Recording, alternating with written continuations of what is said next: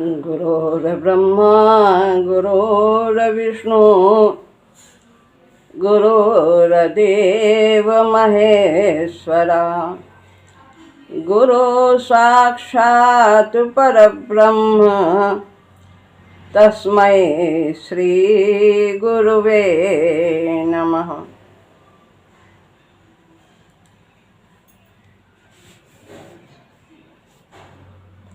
श्रीमद् भगवद गीता अध्याय 2 श्लोक है 25वां। गीता विमर्श से पढ़ते हैं।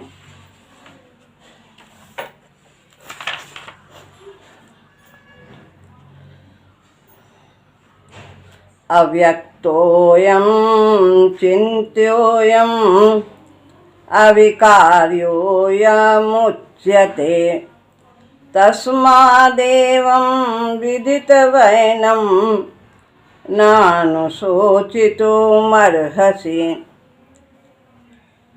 अव्यक्तोऽयं चिन्त्योऽयं, यानी कि यह जो आत्मा है, जो हम हैं, यानी तो ये आत्मा अव्यक्त है, प्रकट नहीं है, अचिंत्य है, चिंतन से परे है, अविकार।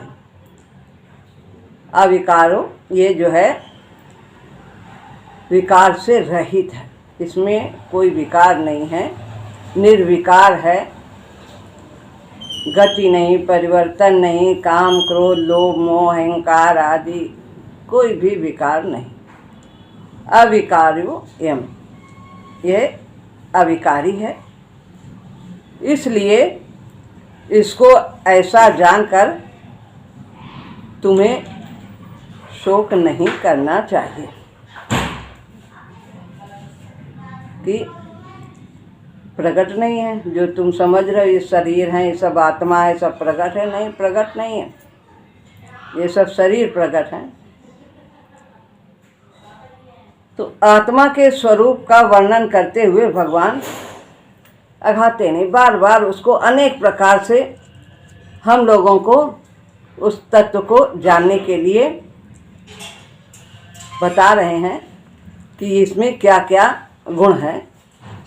तो अब ये 25वां श्लोक है।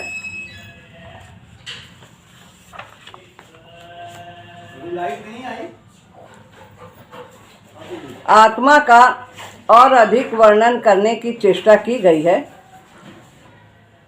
अव्यक्तोयम, ये आत्मा जिसकी चर्चा ऊपर हुई है, अभी 2 श्लोकों में हम लोगों ने सुना। 23वां और 24वां, ये शस्त्र से काटा नहीं जा सकता, ये जलाया नहीं जा सकता, अग्नि से, पानी से गीला नहीं किया जा सकता, हवा से सुखाया नहीं जा सकता, नित्या है, सर्वगता है, साणु है, अचलोयम है, सनातना है। तो ये सब अभी जो 23वें और 24वें श्लोक में भगवान ने इसकी चर्चा की है, उसी विषय को आगे बढ़ाते हैं कि यह अव्यक्त है। व्यक्त प्रकट को कहते हैं। जो दिखाई पड़ जाए तो दिखाई क्या पड़ता है? शरीर दिखाई देते हैं, देह दिखाई देती है, पदार्थ दिखाई देते हैं, लेकिन आत्मा तो नहीं दिखाई देती, वो अति सूक्ष्म है। जब मन बुद्धि नहीं दिखाई देते हैं, उनको अनुभव किया जा सकता है, तो फिर आत्मा तो उससे बहुत सूक्ष्म। जो दिखाई पड़ जाए वही व्यक्त होता है, प्रकट होता है, या जिसे इंद्रियों से हम महसूस कर सकें। जैसे हवा को हम इंद्रियों से अनुभव करते हैं, त्वचा से अनुभव करते हैं, गंध को हम इंद्रियों के माध्यम से अनुभव करते हैं, शब्द भी। परंतु हमें तो गहराई में जाना होगा। जिस प्रकार आँख एक इंद्री है, आँख एक इंद्री है, ज्ञानेंद्री है, इसी प्रकार से अन्य भी इंद्रियां हैं, नाक है, कान है, जिह्वा है, त्वचा है। तो ये अन्य इंद्रिय भी हैं, आँख की तरह अन्य इंद्रियां भी हैं। तो जिस तरह से आँख एक इंद्रिय है, वैसे ही दूसरी इंद्रियां भी हैं। जो वस्तु आँख के लिए प्रकट नहीं है, वो स्पर्श की इंद्रिय से हम उसे अनुभव कर लेते हैं। हवा को हम आँख से नहीं देख सकते, तो उसे हम त्वचा से अनुभव करते हैं। तो ये भी व्यक्त है। वायु आँख से नहीं दिखती है, परंतु स्पर्श से जानी जाती है, और स्पर्श त्वचा से होता है। इसी प्रकार से गंध भी नहीं देख सकते, वो भी नाक से सूंघकर जानी जा सकती है। यद्यपि उसे आँख से देखा नहीं जा सकता है गंध को, तो उसे हम सूंघ करके अनुभव करते हैं। स्वाद की भी यही स्थिति है। स्वाद को भी हम नहीं देख सकते, तो उसे जिह्वा के द्वारा जो रस प्राप्त होता है, उससे हम अनुभव करते हैं। तो जो अनुभव में आए वो सब व्यक्त है। और आत्मा क्या है? अव्यक्त है। इसे मन, बुद्धि, इंद्रिय किसी भी यंत्र से जाना नहीं जा सकता। ये सब शरीर के यंत्र हैं। जो न जाना जा सके उसे अव्यक्त कहते हैं, जो अनुभव में ना आ सके। तो यह व्यक्त की मोटी सीमा है। व्यक्त लिखा है, लेकिन वास्तव में व्यक्त है। यहाँ छपने में थोड़ा गलत है, तो यह व्यक्त है। यह व्यक्त की मोटी सीमाएं हैं कि जो अनुभव में आ सके इंद्रियों के माध्यम से, मन बुद्धि के भी माध्यम से आता है। मन से हम सुख का अनुभव करते हैं, दुख का अनुभव करते हैं। बुद्धि से क्या अच्छा है क्या बुरा है, इसका हम अनुभव करते हैं। तो वो सब इसकी सीमाएं हैं मन बुद्धि की, इनसे भी हम अनुभव करते हैं। आत्मा इंद्रियों से नहीं जाना जा सकता। वास्तव में इंद्रियों में बैठा हुआ आत्मा ही जानता है। जो हम अनुभव प्राप्त करते हैं इंद्रियों के माध्यम से, मीठा है, खट्टा है, कैसा कठोर स्वर है, मधुर है, रूप कैसा सुंदर है या सुंदर है, गंध कैसी है, सुगंध है कि दुर्गंध है, त्वचा में स्पर्श कैसा है, ठंडा है, गर्म है, कोमल है, ये सब कौन जानता है? इंद्रियों के माध्यम से ये सब आत्मा ही जानती है। आत्मा अगर निकल जाती है तो ये सब पड़ी रहती है, कुछ भी अनुभव नहीं होता।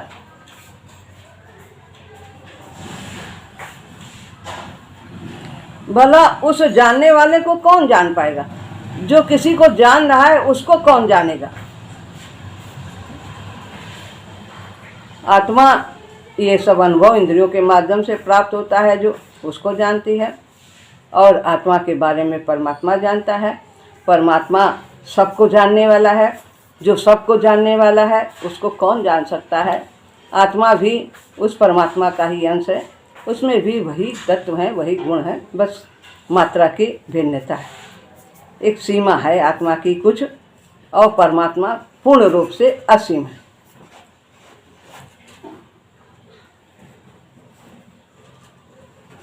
आँख से तो देखने का काम यंत्र मात्र है। आँख एक यंत्र है, लेकिन देखता कौन है? जो आत्मा है वो देखती है। वो ना हो, उसकी शक्ति आँख को ना प्राप्त हो, तो क्या वो कुछ देख सकती है? आत्मा ही सभी इंद्रियों को प्रकाशित करती है, शक्ति देती है, ज्ञान देती है। देखने वाला तो भीतर आत्मा है। यदि आत्मा का ध्यान नहीं होता तो खुली आँखों से भी नहीं देखा जा सकता, कुछ नहीं देख सकते। जैसे बिजली के बिना प्रकाश नहीं होता है, जब आत्मा नहीं रहेगी तो कौन देखेगा?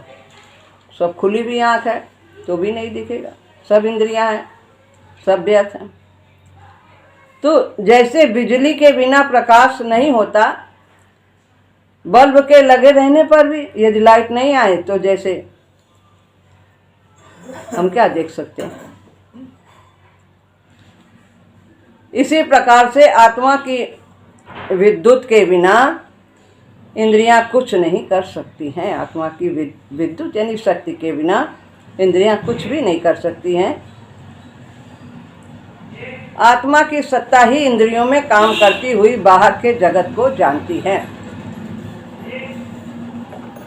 उपनिषद में कहा है, विज्ञातारम अरे केन विजा नियात।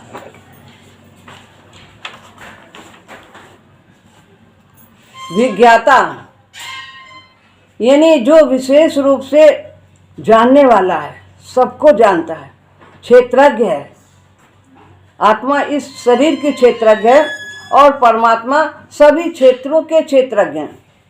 जितने भी शरीर हैं वो सबके क्षेत्रज्ञ हैं। आत्मा तो केवल एक शरीर की क्षेत्रज्ञ है, एक शरीर के बारे में जानती है, अपने ही बारे में, जिस शरीर में है, कि इसने कब क्या किया, कब गया, क्या क्या इसने विचारा, क्या क्या कर्म किए।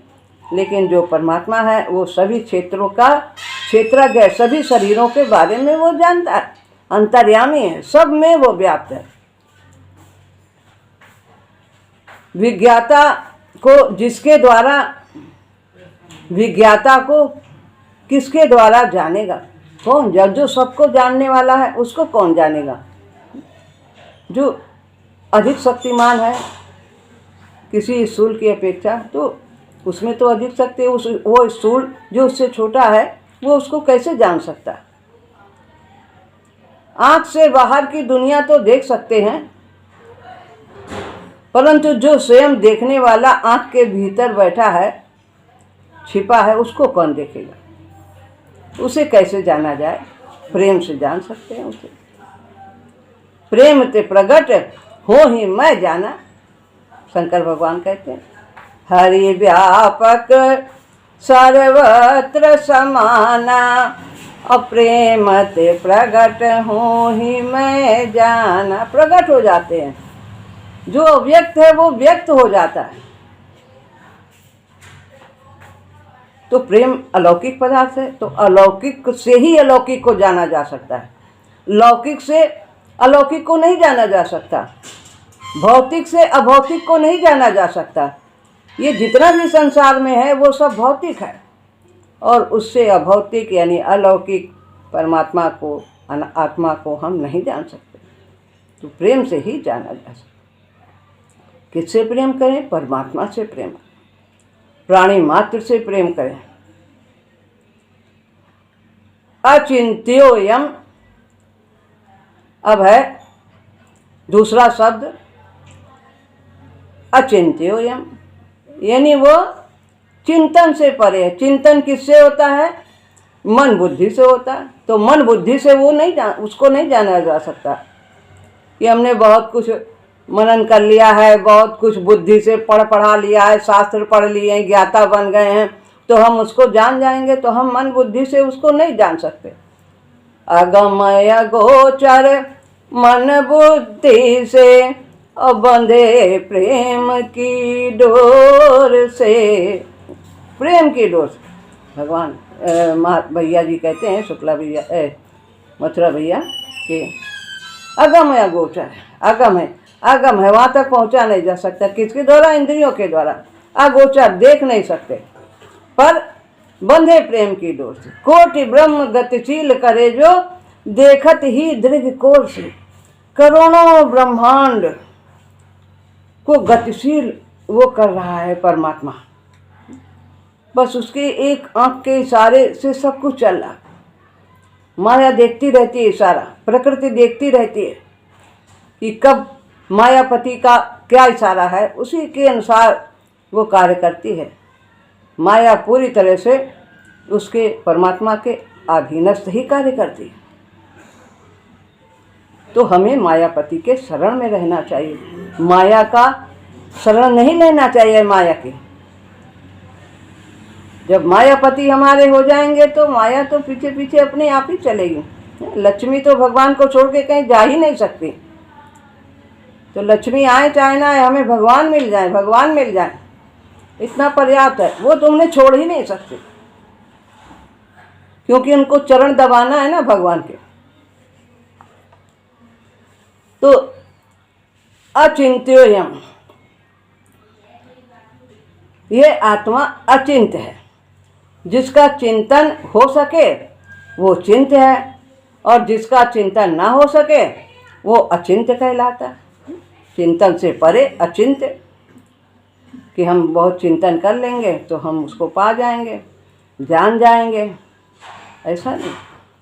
मन बुद्धि के योग से होने वाली क्रिया चिंतन कहलाती है।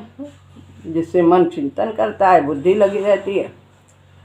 जो पहले हमने देखा है कभी भौतिक पदार्थ, उन्हीं का चिंतन करते हैं। कैसा था, रूप रंग कैसा था, स्वाद कैसा था, कैसी सुख थे, क्या था, ये सब चिंतन होता है। आगे के लिए भविष्य का भी चिंतन करते हैं।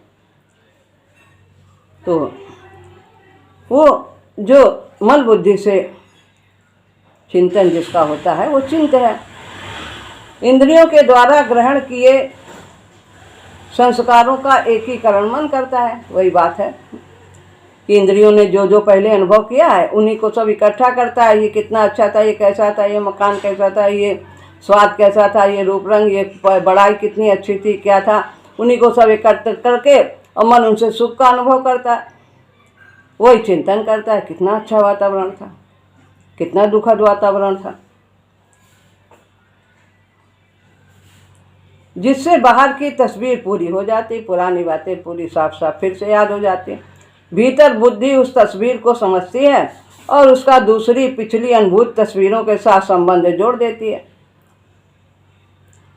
सत्य असत्य का, उचित अनुचित का, आवश्यक अनावश्यक आदि का विचार करती कि हमें जो पहले किया है, अनुभव प्राप्त किया है, वो ठीक है कि नहीं ठीक है, उससे हमारा जीवन सुखी होगा कि दुखी होगा, तो ऐसा करना चाहिए कि नहीं करना चाहिए। ये सब विचार वो सब बुद्धि के द्वारा होने लगता है।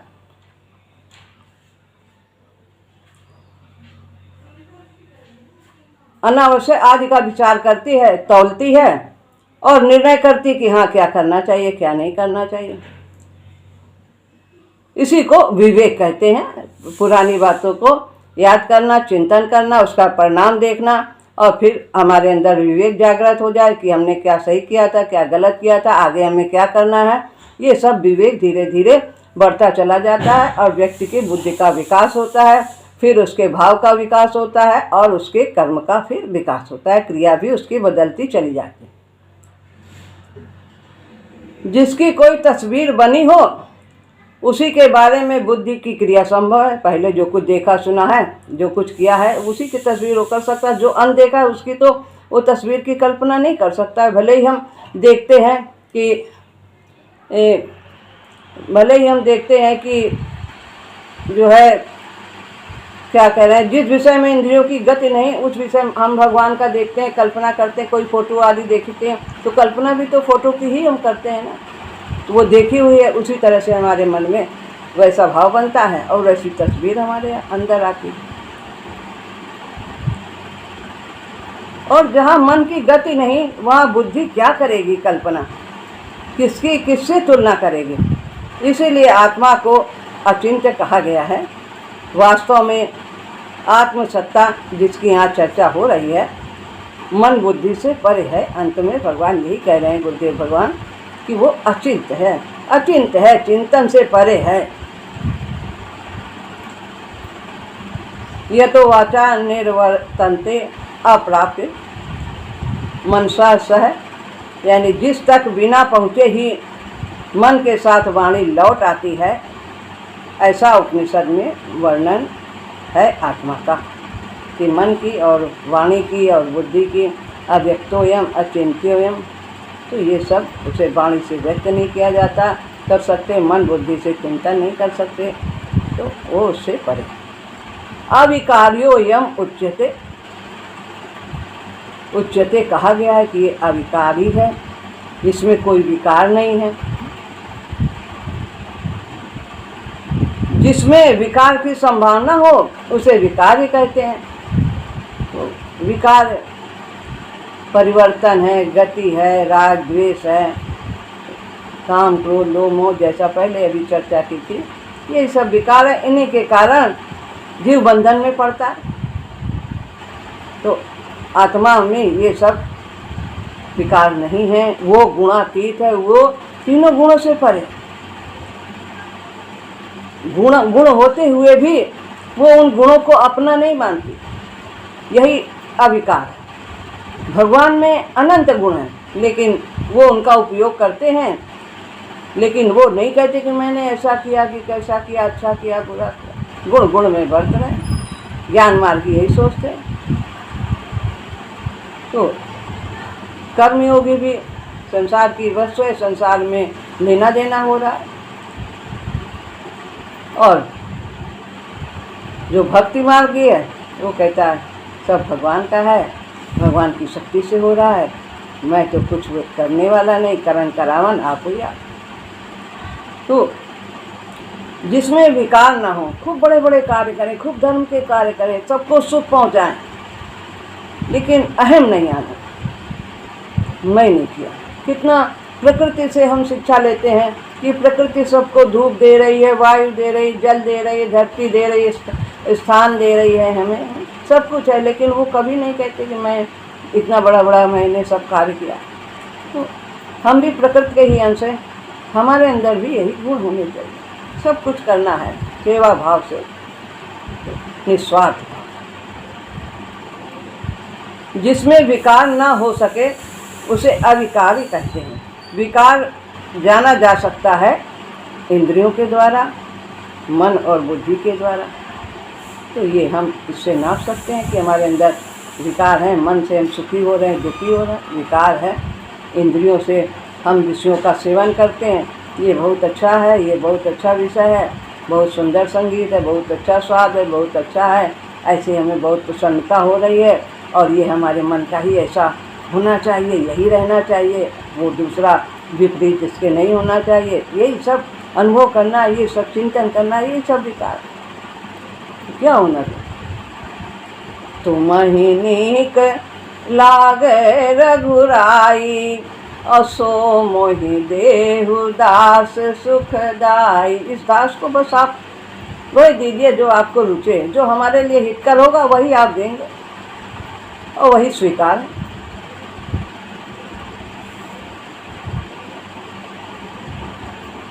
जहाँ इनकी ही गति नहीं वहाँ विकार की संभावना ही नहीं। जहाँ तक मन बुद्धि इंद्रियाँ नहीं पहुँच सकती हैं तो वहाँ विकार कहाँ आ सकता है। ये तो सब विकार मन बुद्धि इंद्रियों के द्वारा ही अनुभव किया जाता है, क्योंकि ये सब परिवर्तनशील है, बदलती रहती हैं और विषयों की ओर दौड़ती हैं। इंद्रियों के जन्म से परे विकार की कल्पना ही नहीं हो पाती। अगर जीव ने अपना संबंध इंद्रिय से, शरीर से, मन बुद्धि से जोड़ा है तो वो विकारी हो जाता है, जीव कहलाता है। अगर उसने अपना संबंध आत्मा से जोड़ा, परमात्मा से जोड़ा है तो वो निर्विकारी, वो भी हो जाता है। शरीर के संबंध, शरीर से संबंध जोड़ने से ही विकार उत्पन्न हो जाते हैं। ये शरीर मेरा है, मैं शरीर हूँ, बस इतना ही, मेरा ये नाम रूप है। ये शरीर से संबंध जोड़ लिया, मेरा मान लिया तो सब कुछ फिर मेरा ही मेरा हो जाता है। सारे नाते मेरे हो जाते हैं, सब धन पदार्थ सब कुछ मेरा हो जाता है। बस मैं और मोर तोड़ तय माया, यही माया है।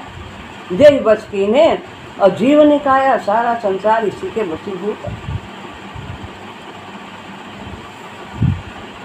यहाँ इतना और जान लेना चाहिए कि स्थूल इंद्रियों के अतिरिक्त सूक्ष्म इंद्रियां भी होती हैं और स्थूल जगत के अतिरिक्त सूक्ष्म जगत भी होता है। तो स्थूल के अतिरिक्त तो सूक्ष्म, इतना तो जानते ही हैं कि स्थूल जो ये 5 ज्ञानेंद्रियां हैं, इसके अलावा जो सूक्ष्म है वो मन है, वो उससे भी बड़ी इंद्रिय है। वो सूक्ष्म है, वो नहीं दिखाई देती है, लेकिन हम जब सुखी दुखी होते हैं तो उसके कार्य का अनुभव हमें हो जाता है। तो स्थूल जगत के अतिरिक्त सूक्ष्म जगत भी है। ये स्थूल जगत है, भौतिक जगत, सूक्ष्म जगत भी, कल्पना का भी जगत है, और जगत है, सूक्ष्म जगत है, अनेक लोक हैं। चाहे स्थूल हो अथवा सूक्ष्म, इंद्री का काम माप डालने का होता है, उस सीमा में कर देती है कि ये कितना सुंदर है या सुंदर है, बड़ा है छोटा है, आकार का, रूप का, सब कुछ का वो सीमाबद्ध कर देती है। आत्मा तो सूक्ष्म इंद्रियों का भी विषय नहीं है। सूक्ष्म इंद्रिय कौन है? मन बुद्धि। तो यानी फिर वही ऊपर वाली बात है कि आत्मा सूक्ष्म इंद्रिय का भी विषय नहीं है, यानी उससे भी उसे जाना नहीं जा सकता। उसमें विकार की कल्पना नितांत असंभव है। तो मन बुद्धि में भी विकार है, तो जब उससे हम जानेंगे तो फिर विकारी हो जाएगा आत्मा, तो आत्मा उससे भी परे, इसलिए उसे अविकार अविकारी कहा गया। ये सभी कुछ कूटस्थ अक्षर परा प्रकृति के बारे में कहा गया है।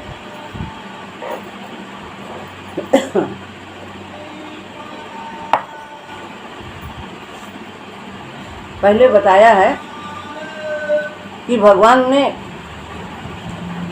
अपने से दो प्रकृतियों को उत्पन्न किया है, परा और अपरा। अपरा जो है वो 24 तत्वों का समूह है, जो सब कुछ जड़ से उत्पन्न है। 5 ज्ञानेंद्रियाँ, 5 कर्मेंद्रियाँ, 5 विषय और 5 महाभूत, 3 गुण, 1 अहंकार। तो इस प्रकार से यह 24 तत्वों का समूह है। तो यह जो सब ये हैं सब जड़, तो ये नाशवान है, लेकिन जो परा है वो आत्मा है और वो परमात्मा का ही अंश है। तो दोनों के संयोग से ही सृष्टि की रचना होती है। तो अपरा वो विकारी है, और क्योंकि उसमें परिवर्तन है, वो अनित्य है, इसलिए वो सब वो विकारी है। और परा नित्य है, आत्मा वो सदैव रहने वाली है, शाश्वत है, उसमें कोई परिवर्तन नहीं, सनातन है। तो ये सब कुछ बताया है। ये सभी कुछ कूटस्थ अक्षर परा प्रकृति के बारे में कहा गया है। ये जितना भी ये सब 23वां, 24वां और 25वां श्लोक में व्याख्या की गई है, ये सब परा प्रकृति के गुण है, यानी आत्मा के गुण है। यही आत्मसत्ता है, यह परमेश्वर या पुरुषोत्तम का अंश है। यही हमारी आत्मा है, हम वही हैं, हम आत्मा। अमर अविनाशी जन्म जन्मांतर में एक ही रहने वाली सत्ता है, कोई बदलाव नहीं होता है, हम वही रहते हैं। शरीर पैदा होते हैं, फिर स्थितियाँ आती हैं, फिर मृत्यु हो जाती है शरीर। तो यही वास्तव में हमारा आपा है। मैं यही हूँ, मैं आत्मा हूँ। जब हमें आत्मा अनात्मा का बोध हो जाता है तो हमारे सारे भय समाप्त हो जाते हैं कि हम आत्मा हैं, हम अनात्मा नहीं है, शरीर नहीं है, वही उन्हीं का नाश होता है। तो अर्जुन से कहते हैं क्यों डरता है, तू कभी नहीं मरेगा, ये कभी नहीं मरेंगे, सदा रहते हैं, बस वस्त्र बदलते हैं, शरीर रूपी वस्त्र। जैसे तागे पर मड़ियाँ होती है, वैसे ही इस पर पिरोए हैं जीवन के मन के। इस आत्मा में ही जीवन के मन के पिरोए हैं। कितने हमने जीवन धारण किए हैं, सब इसी आत्मा ने धारण किए हैं। पहाड़, वनस्पति, पशु, पक्षी, मनुष्य, ये सब कितने जीवन धारण किए और इसी आत्मा ने धारण किए हैं। ये सब जीवन के मन के हैं। तो इसके ये सब दाने हैं, सब मड़ियाँ हैं। कितने, जैसे शंकर जी ने मुंड की माला धारण कर ली थी, सती के कितने जन्म हुए, ऐसे ही हमारे सब जीवन के ये अनेक जीवन आत्मा के। इसलिए इसको ऐसा जानकर हे अर्जुन तुम्हें शोक नहीं करना चाहिए, प्रभु ने अर्जुन से कहा। यदि हम आत्मा को ऐसा जाने कि वो अविकारी है, अव्यक्त है, अप्रगट है, जैसा कि अचिंत्य है, तो मृत्यु के लिए शोक की गुंजाइश नहीं रह जाती। आत्मा के लिए मृत्यु तो सूर्य के लिए अंधकार है। जैसे सूर्य के सामने कभी अंधकार रहता ही नहीं, जब वो चला जाता है तब अंधेरा आता है। तो ऐसे आत्मा के लिए कभी मृत्यु है ही नहीं। जहाँ वो है वहाँ जीवन ही जीवन। जैसे सूर्य का कभी अंधकार को देख नहीं सकता, वह उसके सामने ही नहीं हो सकता। इसी प्रकार आत्मा के सामने मृत्यु हो ही नहीं सकती। उसके जाने पर ये शरीर जीर्ण शीर्ण भस्मीभूत करने योग्य होता है। बेहोश हो जाने पर चेतना का लोप नहीं होता है, वो स्थूल स्तर से केवल मात्र हट जाती है। मृत्यु होने पर चेतना शरीर से हट जाती, कभी कभी मूर्छा आ जाती है तो चेतना बनी रहती है, स्थूल स्तर से हट जाती है शरीर अन्नमय कोश से। परंतु मृत्यु पर चेतना शरीर से हट जाती है केवल, और लुप्त नहीं होती है, वो स्थूल से सूक्ष्म में चली जाती है, समाप्त नहीं होती। बादलों के आ जाने से सूर्य दिखने वालों को दिखता नहीं है। अगर बादल आ जाते हैं तो जैसे जयद्रथ के लिए भगवान ने सूर्य को ढक लिया था रथ से,